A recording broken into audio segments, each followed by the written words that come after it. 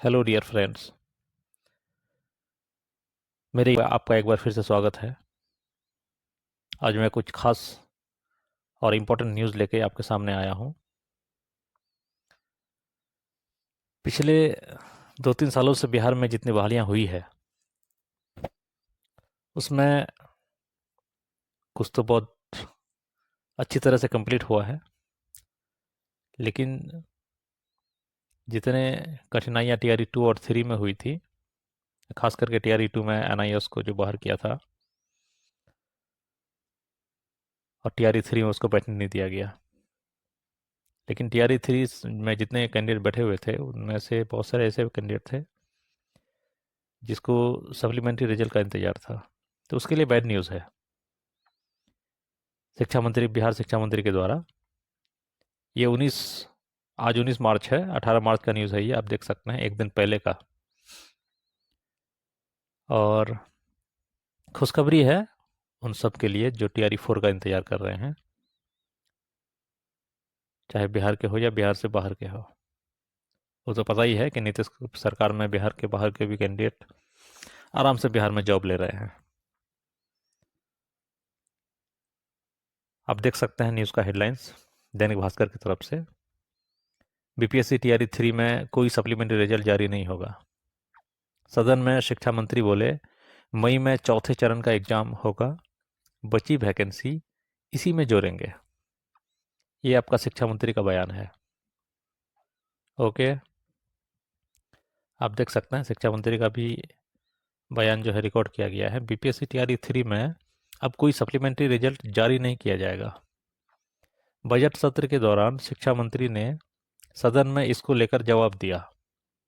उन्होंने कहा कि सरकार सप्लीमेंट्री रिजल्ट जारी नहीं करेगी, साफ कह दिया गया है।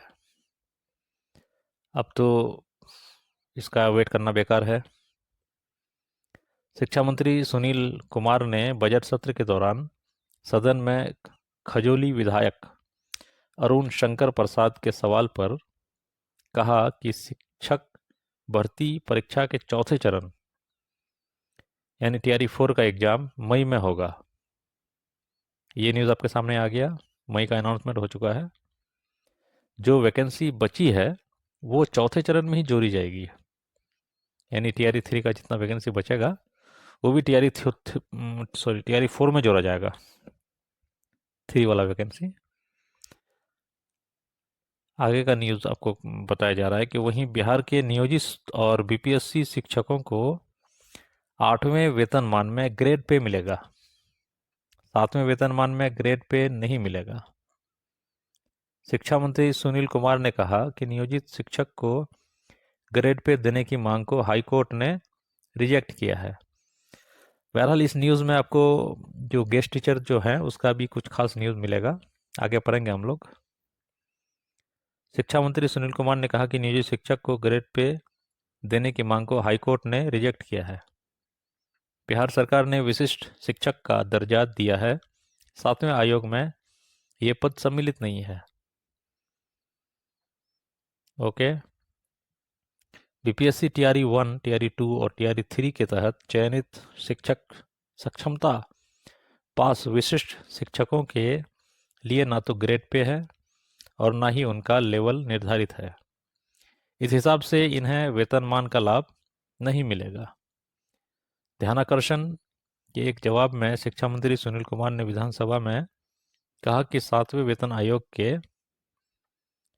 तहत शिक्षकों के ग्रेड पे और लेवल निर्धारण पर वित्त विभाग की सहमति नहीं है।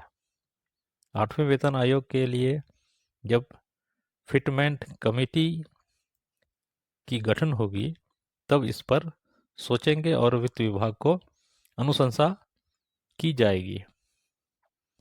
यहाँ TRE 3 का जो एग्ज़ाम हुआ था उस पर कितने सब्जेक्ट पे कितना सीट था वो दिया गया है, उसका पूरा ब्यौरा है यहाँ पर। कितना सफल हुआ है, कितनों का बहाली हो चुका है, ज्वाइनिंग हो चुका है। नए रोस्टर के अनुसार जारी हुए रिजल्ट। यहाँ पटना हाईकोर्ट ने जो बताया है उस पर हम लोग एक बार चर्चा कर लेते हैं। गेस्ट टीचर और कॉन्ट्रैक्ट टीचर का काम एक ही है, दोनों में कोई फ़र्क नहीं है।